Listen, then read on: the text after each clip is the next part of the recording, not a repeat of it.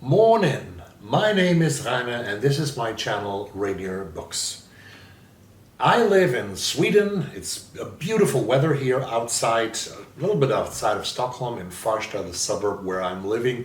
And today I want to make not one, not two, but three videos about long lists that have been published last week.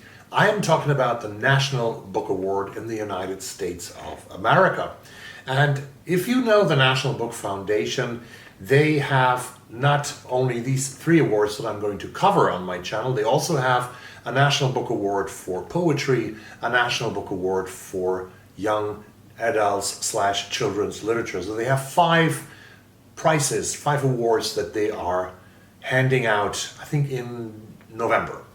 And today I want to start my video. I'm going to talk about three of them. I'm going to talk about the National Book Award for Translated Fiction, the National Book Award for Nonfiction, and the National Book Award for Fiction Longlist. And you get my reactions to this. And let's start with the National Book Award for Translated Fiction. I haven't read any of these books. I'm going to look into the descriptions that the publishers have made about the books. I'm going to present them. I'm going to tell you which books I'm interested in and which I'm not so interested in. So let's do this with the National Book Award for Translated Fiction. Here we go. The first book on the list is Solvej Balle from Denmark on the calculation of volume book number 3. This is a series of books, I haven't read them, by a Danish author which tend to be a little bit philosophically. It was translated from the Danish by Sophia, Hersi and Jennifer Russell, and it was published in the United States by New Directions Publishing. This is about a woman named Tara Selter who has lived the 18th of November already 1,143 times in one pattern. A man has changed his shirt. The man is Henry Dahle, and he remembers all the days that have come before. He knows that time has fallen out of joint. Now they are two of a kind, trapped in the 18th of November, but no longer alone. Together they learn to share their present. Their voices grow hoarse, recounting their small battles against it and their bewilderment at the disintegrating world. Henry sees things different to Tara. He doesn't think that time will put itself back together again, and he does not think that the future will come around, but he makes her realize that she's no longer the same person that she actually was before this fault in time, and he makes her believe that there may be others to find within it. That sounds scary. That sounds really a little bit like horror. Remember of waking up on the same day and the same things are happening over and over again in your life. I'd probably be able to get this book because Denmark is very close to Sweden and the library should have Danish books, but I'd really wonder if this book would fit my reading interest. Does it fit yours? Tell me. Next one, Jazmina Barrera, The Queen of Swords, translated from the Spanish by Christina MacSweeney and published by Two Lines Press. Sifting through the writer's archives at Princeton, Barrera is repeatedly thwarted in her attempt to fully know her subject. Traditional means of research, the correspondence, photos, and books, serve only to complicate and cloud the woman and her work. Who was Elena Garro, really? She was a writer, a founder of magical realism, a dancer, a devotee to the Tarot and the Qing, a socialite and activist on behalf of indigenous Mexicans. She was a mother and a lover who repeatedly shook off and cheated on her manipulative husband, Nobel laureate Octavio Paz. And above all, she wrote with simmering anger and glittering imagination. The Queen of Swords is a portrait of a woman that also serves as an alternative history of Mexico City, a cry out for justice and an homage to the unknowable. It transcends mere biography, supplanting something tidy and authoritative for a sprawling experiment in understanding. This sounds very much like a biography, and I wonder what this has to do on the translated fiction list, but it says here also in the end that this book sort of mingles biography with literary fiction, and it sounds interesting because it blends the genres of non-fiction and fiction, but it's really pretty far away from my world, and I'm not so interested in reading that. Number 3, Gabriela Cabezón, Cámara, We Are Green and Trembling, translated from the Spanish again, second book here, from Robin Myers, and published by New Directions Publishing. Deep in the wilds of the New World, Antonio de Arauso begins to write a letter to his aunt, the prioress of the Basque convent he escaped as a young girl. Since fleeing a dead-end life as a nun, he's become Antonio and undertaken monumental adventures. He has been a mule driver, shopkeeper, soldier, cabin boy, and conquistador. He has wielded his sword and slashed with his dagger. Now caring for two Guarani girls he rescued from enslavement and hounded by the army he deserted, this Protean protagonist contemplates one more metamorphosis, which just might save the New World from extinction. Based on the life of Antonio de Arauso, a real figure of the Spanish conquest, We Are Green and Trembling is a queer Baroque satire and a historical novel that blends elements of the picaresque with surreal storytelling. Its rich and wildly imaginative language forms a searing criticism of conquest and colonialism, religious tyranny, and the treatment of women and indigenous people. It is a masterful subversion of Latin American history with a trans character at its center, finding in the rainforest a magical, surreal space where transformation is not only possible, but necessary. This novel has a big scope, apparently. It's a historical novel, it's about colonialism, but it also is a queer novel, a queer historical novel, and this checks a lot of boxes for a lot of readers, but since it is so historical, I tend to cling more to nonfiction books about history and want to read literary fiction more about my time, our times. So I say no to that one too. Anjet, Daanje, The Remembered Soldier, translated from the Dutch by David McKay and published by New Vessel Press. Flanders, 1922. After serving as a soldier in the Great War, Non Merkem has lost his memory and lives in a psychiatric asylum. Countless women, responding to a newspaper ad, visit him there in the hope of finding their spouse who vanished in battle. One day, a woman, Julianne, appears and recognizes Non as her husband, the photographer Armand Coppens, and takes him home against medical advice. But the miraculous reunion doesn't turn out the way that Julianne wants her envious friends to believe. Only gradually do the two grow close, and Armand's biography is pieced together on the basis of Julianne's stories about him. But how can he be certain that she's telling the truth? In The Remembered Soldier, Anjet Daanje immerses us in the psyche of a war-traumatized man who has lost his identity. When Armand comes to doubt Julianne's word, the listener is caught up in a riveting spiral of confusion that only the greatest of literature can achieve. What a promise in this text. And this is about war and about the trauma and also the horrible consequences of war, that people lose their mind, that they are not able to remember who they actually were. And it also writes about the women who are, in this case, women who are affected by waiting for their husbands who went out to war. This reminds me so much of, for example, the big war that is going on here in Europe right now, 2 hours away only by plane in Ukraine. But do I want to read this? I'm interested, but I don't know. Saou Ichikawa, Hunchback, translated from the Japanese by Polly Barton and published by Hogarth/Penguin Random House, which is probably an imprint of Penguin Random House. Born with a congenital muscle disorder, Shaka spends her days in her room in a care home outside Tokyo, relying on an electric wheelchair to get around and a ventilator to breathe. But if Shaka's physical life is limited, her quick, mischievous mind has no boundaries. She takes e-learning courses on her iPad, publishes explicit fantasies on websites, and anonymously troll tweets to see if anyone is paying attention. Quote, "In another life, I'd like to work as a high-class prostitute." One day, she tweets into the void an offer of an enormous sum of money for a sperm donor. To Shaka's surprise, her new nurse accepts the dare, unleashing a series of events that will forever change Shaka's sense of herself as a woman in the world. Hunchback has shaken Japanese literary culture with its skillful depiction of the physical body and its unrepentant humor.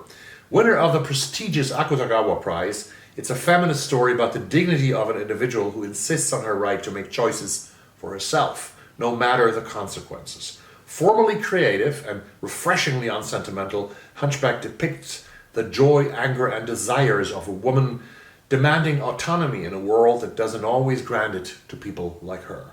Full of wit, bite, and heart, this unforgettable novel reminds us of the full potential of our lives, regardless of the limitations we experience. And that sounds interesting and a bit weird, but Japanese literature is always, or very often, I experience it as such, correct me if I'm wrong, as a bit different. Japan is so far away, and they have so sometimes disturbing thoughts of how things could be. And this seems to be like a parable, like this woman who is has this congenital muscle disorder, Shaka, that she is only symbolizing very ordinary, very healthy women in their attempt to live their lives as they want to do. Interesting. Hunchback by the author Saou Ichikawa. This is the first time, next book, that the language Uzbek, from Uzbekistan apparently, has been nominated and longlisted for the National Book Award. Hamid Ismailov, We Computers, a Ghazal novel, translated from the Uzbek by Shelley, Fairweather-Vega, and published by Yale University Press. In the late 1980s, French poet and psychologist Jean Peirce finds himself in possession of one of the most promising inventions of the century, a computer. Enchanted by snippets of Persian poetry he learns from his Uzbek translation partner Abdul Hamid Ismail, Jean Peirce builds a computer program which is capable of both analyzing and generating literature. But beyond the text on his screen, there are entire worlds of history, philosophy, and maybe even of love in the stories and people he and AI conjure. Hamid Ismailov brings together his work as a poet, as a translator, and student of literature of both East and West to craft a postmodern ode to poetry across centuries and continents. Crossing the poet Modi with beloved Sufi classics, blending absurdist dreams with the life of the famed Persian poet Hafez, moving from careful mathematical calculations to lyrical narratives, Ismailov invents an ingenious transnational poetics of love and longing for the digital age. Situated at the crossroads of a multilingual world and mediated by the unreliable sensibilities of digital intelligence, this book is a dazzling celebration of how poetry resonates across time and space. This sounds really, really wonderful. This sounds so intellectual. This sounds so global, but I'm out. I think this is too much for me. I think I wouldn't like it. I'm out. But I'm sure it's a great work. And hopefully there are some viewers of my audience that would love to read this book and tell me how it is like. Hamid Ismailov, We Computers, a Ghazal novel. Next one is no surprise that she's on the long list. She won the Nobel Prize, last year. And this is, of course, the Korean author Kang with her new translated novel, We Do Not Part, translated from the Korean by Ye-won and Paige Aniyah Morris and published by Hogarth / Penguin Random House. Also this publisher and this imprint for the second time in this long list. One winter morning in Seoul, in South Korea, Kyunga receives an urgent message from her friend Inseon to visit her at the hospital. Inseon has injured herself in an accident, and she begs Kyunga to return to Jeju Island, where she lives, to save her beloved pet, a white bird called Ama. A snowstorm hits the island when Kyunga arrives. She must reach Inseon's house at all costs. The icy wind and squalls slow her down as night begins to fall. She wonders if she will arrive in time to save the animal or even survive the terrible cold that envelops her with every step. Lost in a world of snow, she doesn't yet suspect the vertiginous plunge into darkness that awaits her at her friend's house. Blurring the boundaries between dream and reality, We Do Not Part powerfully brings to light the lost voices of the past to save them from oblivion. Both a hymn to an enduring friendship and an argument for remembering, it's the story of profound love in the face of unspeakable pain and a celebration of life, however fragile it might be. I have read Han Kang's most famous novel, which is The Vegetarian, a few years back, and I was very impressed by it, but I also was sort of a little bit taken away from it. And when I read here that this new book deals with unspeakable pain. I know that Kang is very much able to describe unspeakable pain like few other authors are capable of, but it's not necessary for me to read this intense about unspeakable pain. I can imagine it, and I don't want to imagine it in such detail. So I think if you don't tell me otherwise, I would not read this book either. Mohammed Kair, Sleep Face, translated from the Arabic by Robin Moger, Two Lines Press is the publisher. After 7 years in prison, Varif is released to a changed Cairo, so we are in Egypt. Freedom so far has been endless, inscrutable meetings with official-looking strangers trying to get his job as a translator back. This new Cairo, busy with expats and bureaucrats, is proving disorienting. What is he supposed to make of these self-assured newcomers who are so certain of his obsolescence, his subjugation, his solitude? They seem happy to provide him with a salary if he's willing to give up the work that gave his life meaning. As his encounters more and more resemble interrogations and the futility of trying to escape, the system set against him threatens to suffocate him. Varif escapes into the vivid colors of the city, looking deeper and deeper into the food, the people, the buildings, and the flowers, until what's real blurs into fantasy. I guess there is magical realism coming here. I'm not really very much enthusiastic about this long list, at least not for me. I'm sure they are all good, worthy books, but are they Rainier books? That's what I'm asking myself. The next one I remember from the long list of the Booker. I think it was even on the short list of the Booker in translation, or the International Booker. Vincenzo Latronico, Perfection, translated from the Italian by Sophie Hughes and published in the United States by New York Review Books. It's about Anna and Tom, an expat couple, have fashioned a dream life for themselves in Berlin, or Berlin as we say in German. They are young digital creatives exploring the excitements of the city. Freelancers without too many constraints who spend their free time cultivating houseplants and their images online. That's what many people do, right? First, they reasonably deduce that they've turned their passion for aesthetics into a viable, even enviable career, but the years go by and Anna and Tom grow bored.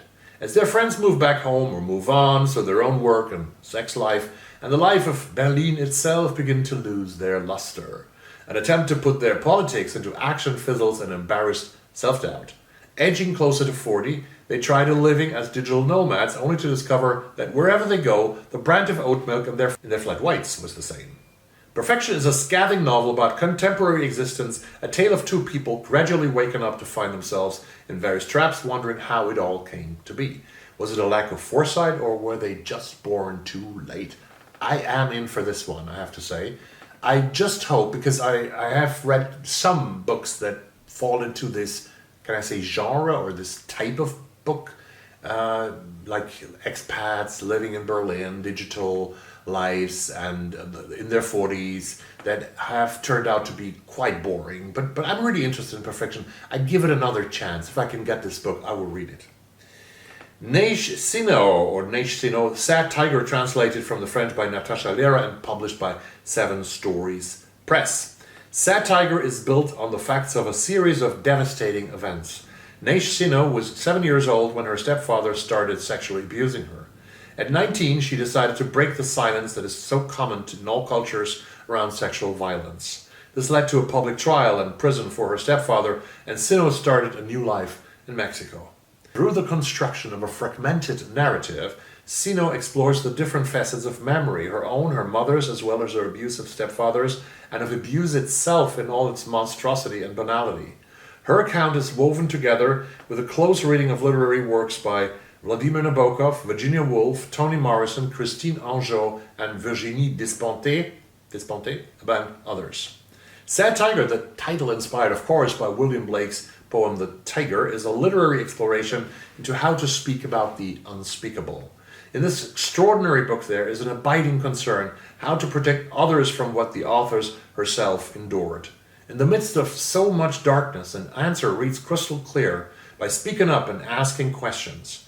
A striking, a shocking, and necessary masterpiece. But for the second time on this long list, I wonder if this is non-fiction or fiction? Or is it possible? Of course it's possible, because we live in an open world. Come on, we are open-minded. It's possible to blend non-fiction and fiction. But this book here also seems to be kind of non-fiction. To look back at the books, in which ones could I be interested in? I could take a look at Solvej Balle's On the Calculation of Volume, book 3 from Denmark. I'm not so interested in the ones to follow. I might be interested in taking a look at Anjet Danje's The Remembered Soldier, because of the proximity of war in our times. Here it is after post-World War I, but we are living in times of war, unfortunately. I could be interested in Saou Ichikawa's Hunchback from Japan. I love Japanese literature and also like this setting that she has given the book. And I also could be interested in, come on, where was it? In Vincenzo Latronico's Perfection. That makes it a good 4 out of 10. How's it for you? How many books could you imagine to read from this Longlist, and which are they? Tell me all in the comments down below, and I see you very soon. I say very, very soon, because I have to do 3 videos on Longlist in another video on this amazing channel, which you please subscribe to. It's for free. Thank you, and bye-bye. Have a good one.